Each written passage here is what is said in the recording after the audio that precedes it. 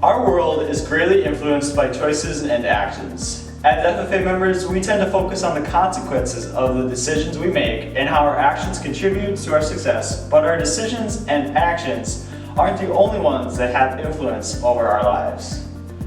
Whether it's in an area, business leader deciding to contribute to a fundraiser, a school administrator making decisions about a policy that allows our chapter to travel to convention, or an elected official voting on taxes, regulations, or funding public programs, there are people who are in positions to make decisions on our behalf.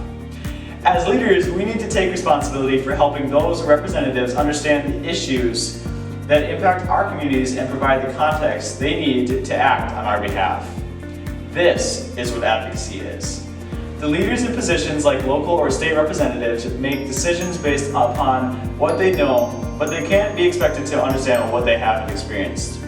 We often look at elected officials or organizational leaders as people who should know everything, but it is our role as active citizens to connect with these representatives and effectively communicate our hopes and needs.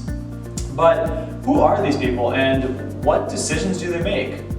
Just like you wouldn't call the fire department if you needed a plumber, we can be effective advocates when we realize that different leaders have different roles and influences.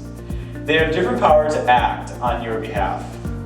If you have concerns about a change in your school that prevents students from being able to take an agriculture class in a 10th or 11th grade, you wouldn't reach out to your town officials, you'd speak to your school board, school administrator, or maybe even email the state commissioner of education in the conflict that is caused in the new testing mandate.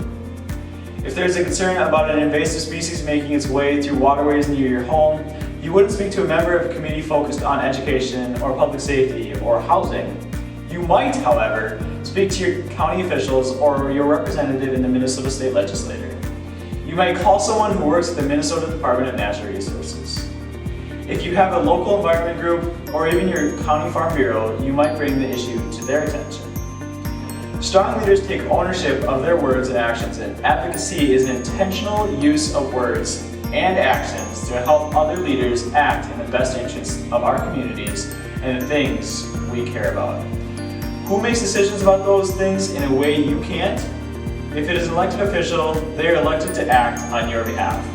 If they are employee of a school district or state agency, they are employed to act in the best interest of the organization or state and its citizens. No matter what their title, there are ways for you to respectfully and intentionally influence those who act on your behalf.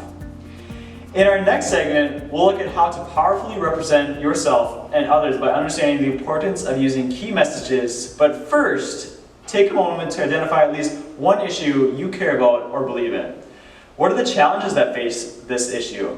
What are the people that can make decisions that impact that issue? What action is needed? Take time to reflect on these questions and tune in to the next advocacy session.